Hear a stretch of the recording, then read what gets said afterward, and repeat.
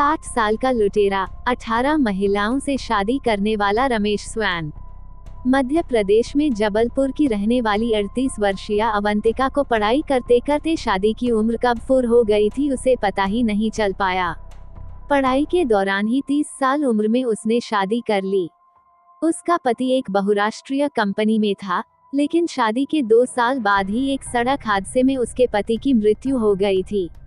तब वो 32 साल की थी।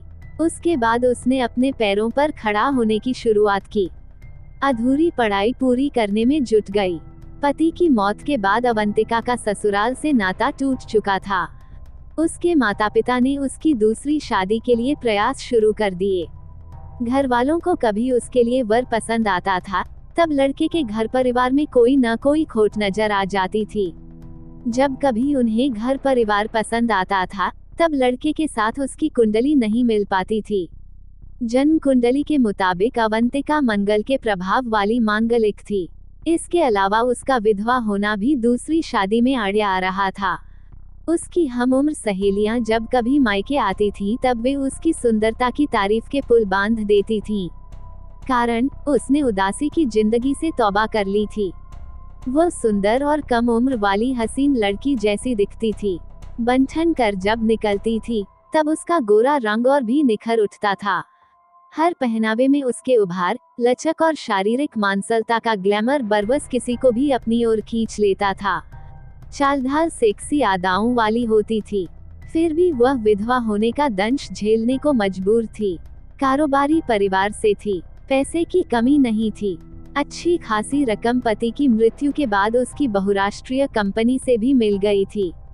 फिर भी वह अपने पैरों पर खड़ी होना चाहती थी। स्थायी आमदनी वाली सम्मानित नौकरी की तलाश में थी।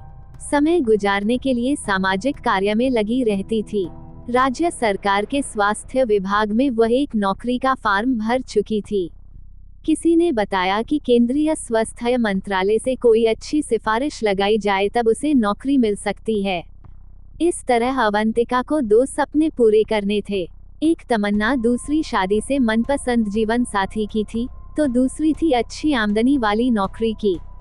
उसके हालात को देखकर कहा जा सकता है कि वो एक तरह से जीवन को संवारने के लिए महत्वाकांक्षाओं के बीच झूल रही थी। कड़वा सच था कि उसे किसी में भी सफलता हाथ नहीं लग पाई थी। इस कारण वह तनाव में रहने लगी थी। जब कोई शादी के बारे में उससे पूछता तब मन कसला हो जाता था। कई बार लोगों के ताने सुनकर दिमाग झन्ना उठता था। जी तो करता था कि उलटकर कोई तगड़ा जवाब दे डाले, फिर वह कुछ सोचकर चुप लगा जाती थी।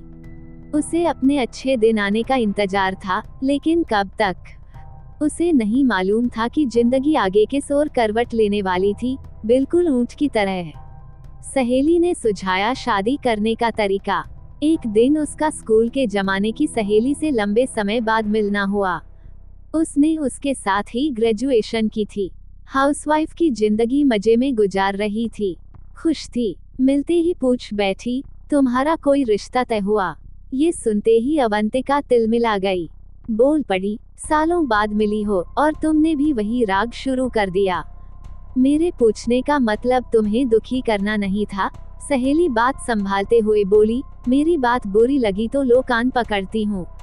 कोई बात नहीं, मैं क्या करूँ? किस किस से अपनी तकलीफ सुनाऊं? कितनों को अपने दिल की बात बताऊं? बोलते बोलते अवंतिका निराश हो गई। मेरा कहा मानो तो तुम मैरिज ब्यूरो में सर्च किया करो, सहेली बोली और मुस्कुराने लगी। सुनते हैं कि उसमें ज्यादातर फर्जी होते हैं, अवंतिका बोली। फर्जीवाड़ा कहाँ नहीं है, ये तो तुम पर निर्भर करता है, उसकी जांच परख करना। तुम अनपढ़ थोड़े हो, सहेली ने समझाया, लेकिन कई केस आते ही रहते हैं। असली नकली की पहचान कैसे होगी? विश्वसनीय मैरिज साइट पर जाओ। सोशल साइट से संपर्क वाले में ही धोखे की बातें अधिक होती हैं।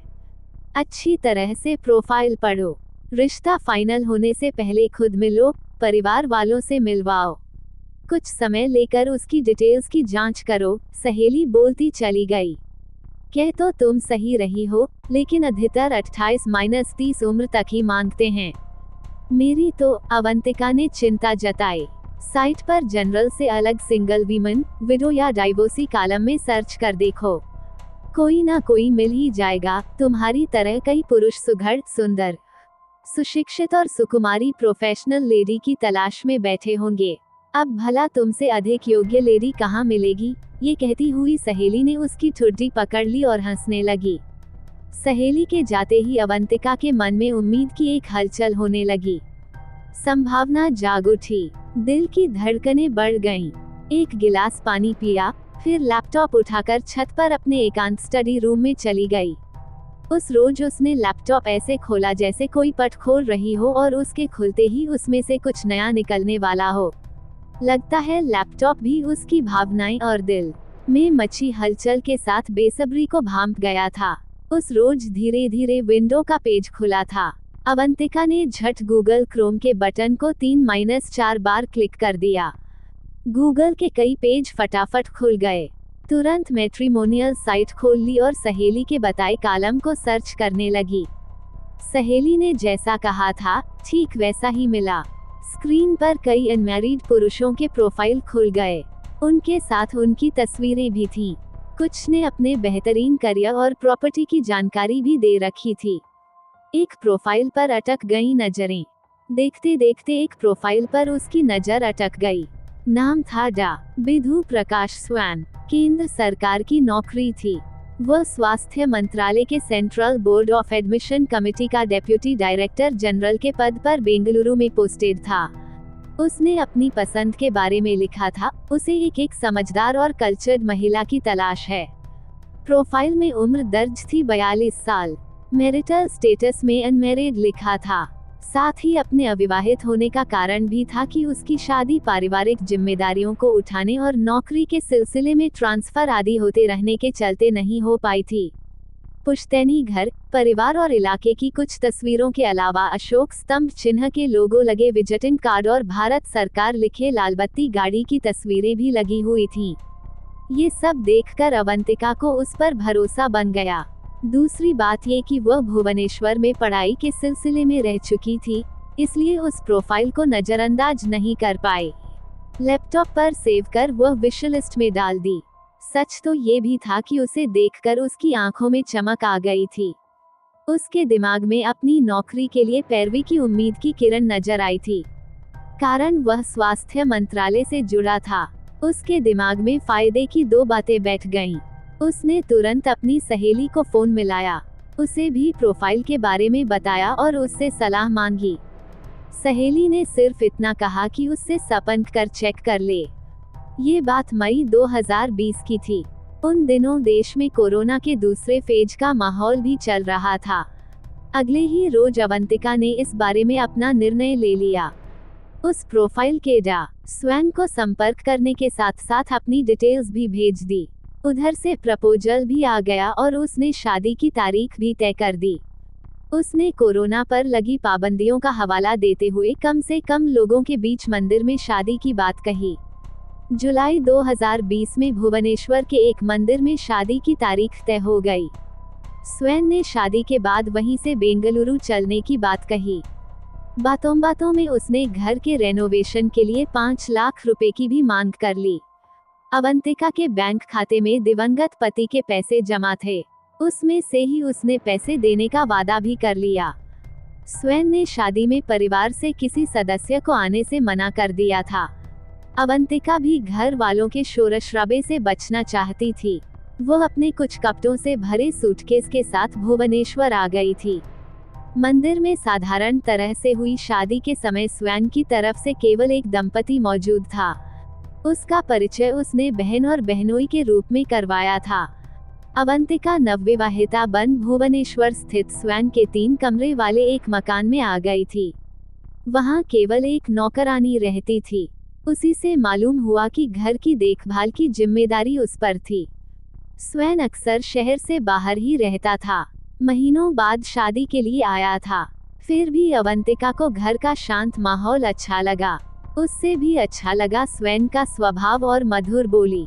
वह बेहद खुश थी। लंबे समय बाद किसी पुरुष का साथ मिला था जिसे वह अपना कह सकती थी, और खास बात ये थी कि वह एक बड़े अधिकारी की पत्नी थी। 2 दिनों बाद ही स्वेन ने बेंगलुरु जाने की फ्लाइट बुक करवा ली थी।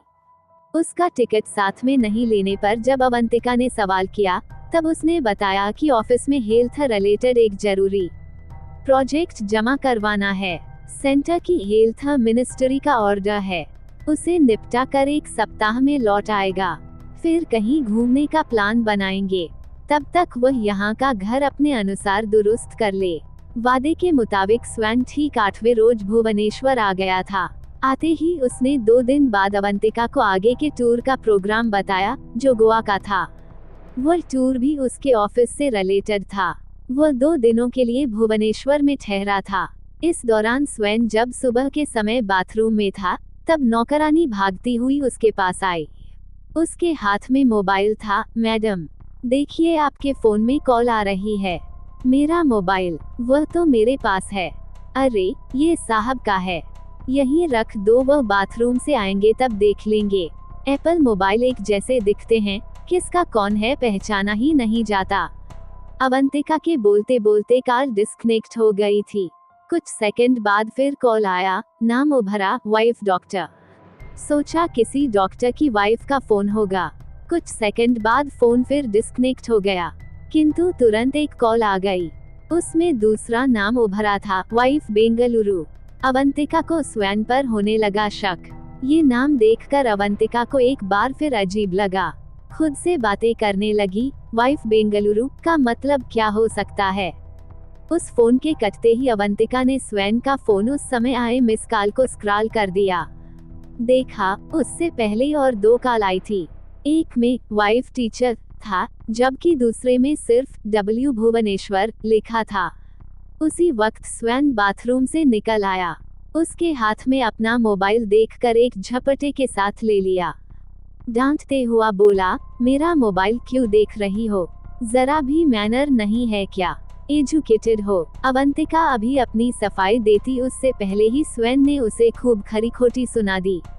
अचानक स्वैन के बदले तेवर को देखकर अवंतिका सहम गई। स्वैन उस रोज नाश्ता किए बगैर चला गया। उसके जाने के बाद अवंतिका उदास हो गई। नौकरानी ने आकर उसे नाश्ता दिया। हाथ पकड़कर बोली, मेम साहब की बातों का बुरा नहीं मानना। वह ऐसे ही हैं, तुरंत नाराज हो जाते हैं, लेकिन तुरंत शांत भी हो जाते हैं। देखना अभी 1 घंटे में वापस आएंगे और कोई गिफ्ट भी देंगे।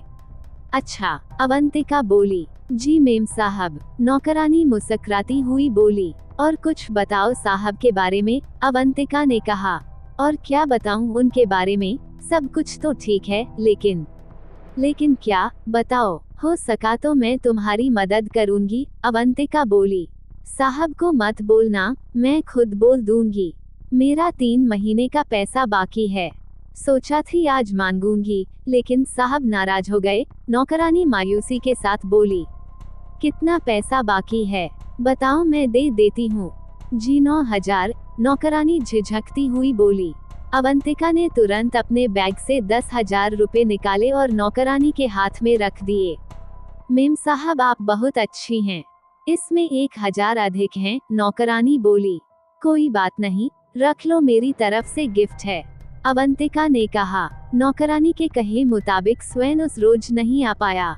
अवंतिका ने रात होने पर नौकरानी से स्वैन के नहीं आने का कारण पूछा, किंतु उससे कोई सही जवाब नहीं मिल पाया।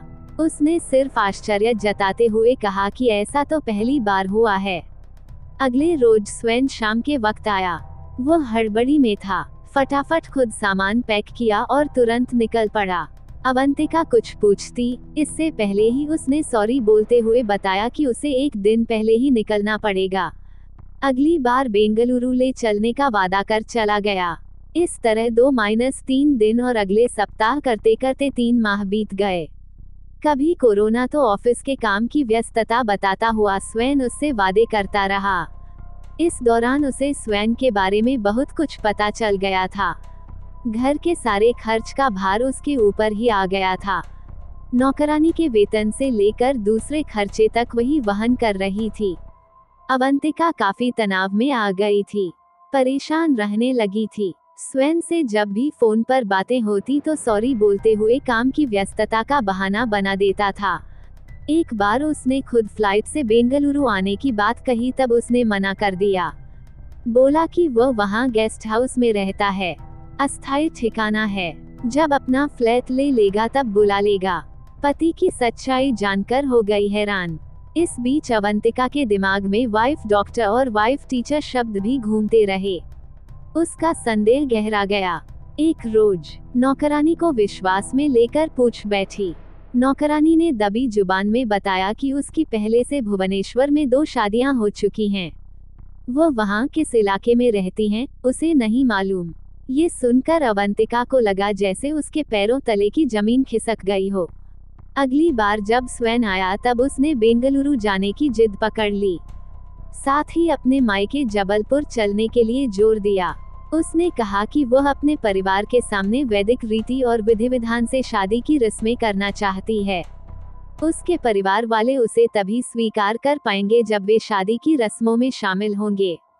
इस बात को लेकर उनके बीच तू-तू-मैं-मैं होने लगी। किसी तरह से मामला शांत हुआ, लेकिन आए दिन झगड़े होने लगे। अवंतिका समझ गई थी उसके साथ धोखा हुआ है। उसने स्वैन के बारे में और जानकारियां जुटानी शुरू की। संयोग से उसे आधा दर्जन ऐसी महिलाओं के फोन नंबर मिल गए जो स्वैन के मोबाइल में wife Bengaluru, wife teacher, wife Delhi, wife ITBP आदि के नाम से सेव थे। उसने सभी का व्हाट्सएप ग्रुप बना लिया। उनसे स्वैन के बारे में बातें शेयर होने लगी। जल्द ही स्वैन की पोल खुल गई। उसके कारनामों के बारे में मालूम हो गया कि वो कई महिलाओं को झांसा देकर शादियां कर चुका था। सभी को केंद्र सरकार का एक बड़ा अफसर बताया था। साथ ही अवंतिका को ये भी पता चल गया कि जिसे वह डा. विधु प्रकाश स्वैन समझ रही थी, वह वास्तव में रमेश चंद्र स्वैन था। उसके अन्य नाम डा. रमानी रंजन स्वैन और डा. विजयश्री स्वैन भी था। सभी में सरनेम स्वैन ही था। स्वैन के खिलाफ दर्ज हुई शिकायत। अवंतिका के सिर से पानी ऊपर जा चुका था। उसने देरी किए बगैर अक्टूबर 2020 में भुवनेश्वर के एक थाने में स्वैन के खिलाफ शिकायत दर्ज करवा दी। शिकायत में उन सभी महिलाओं की भी चर्चा की जो अलग-अलग राज्यों की थीं और उसके द्वारा ठगी जा चुकी थी। शिकायत में शादी के नाम पर उनसे दहेज में मोटी रकम लिए जाने की बात लिखी।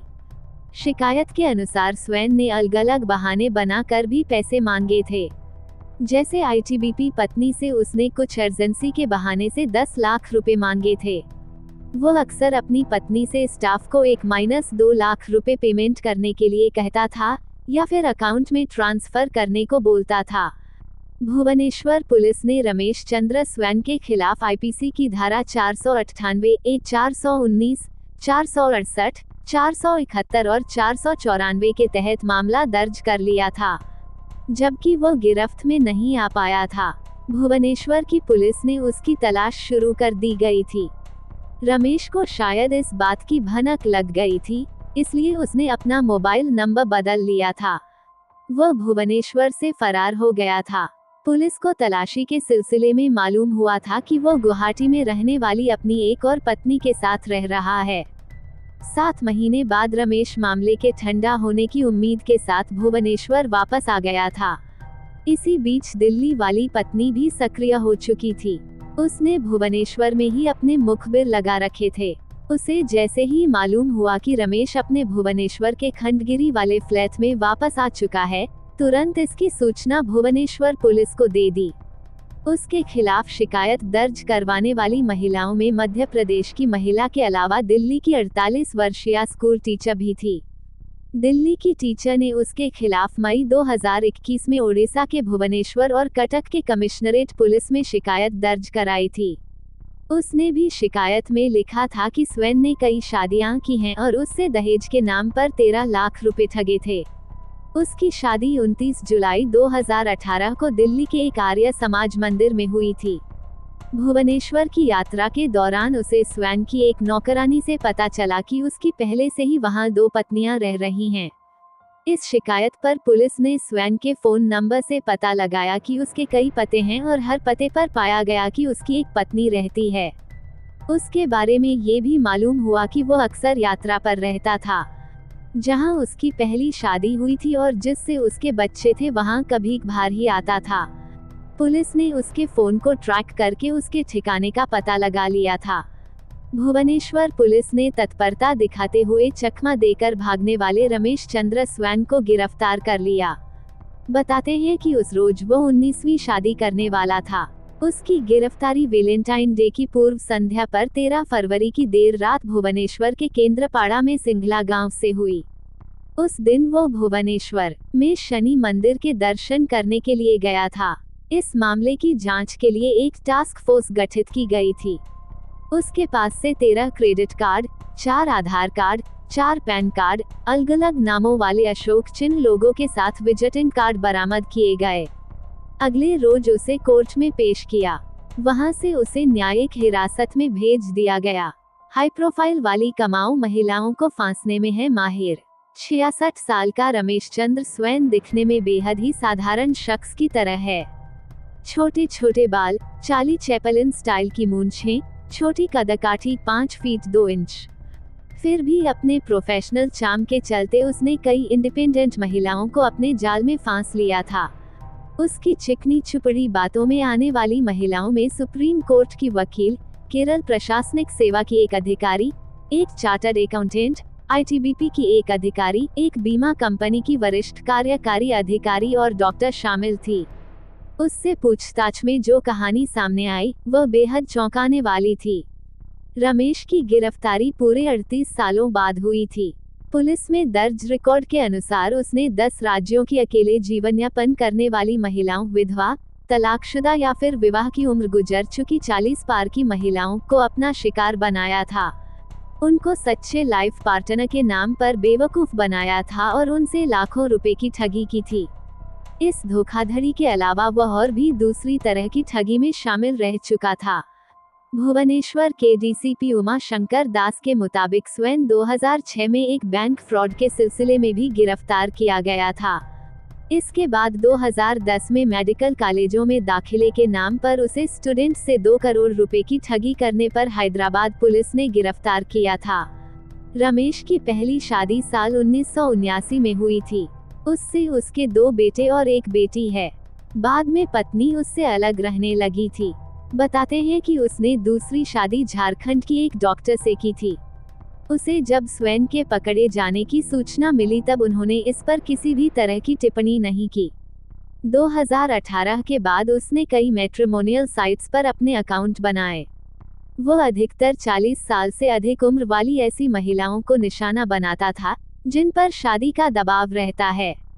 उसने अलग अलग प्रोफाइल में खुद को डॉक्टर और केंद्रीय स्वास्थ्य मंत्रालय में कार्यरत अधिकारी के रूप में बताया है। बदनामी के डर से पीड़ित महिलाएं नहीं आई सामने। जिनसे शादी की, उनमें अधिकांश अविवाहित या विधवा थीं। उनकी नज़र में वह केंद्रीय स्वास्थ्य और परिवार कल्याण मंत्रालय में स्वास्थ्य शिक्षा और प्रशिक्षण के उपमहानिदेशक था। ऐसा बताने पर अधिकतर महिलाएं बिना किसी संदेह के उसके साथ शादी के बंधन में बंध गई थीं। इस सिलसिले में पुलिस ने स्वैन द्वारा बरगलाई गई करीब 90 महिलाओं से संपर्क किया, लेकिन उनमें से कोई भी समाज में बदनामी के डर से जांच का हिस्सा बनने को तैयार नहीं हुई।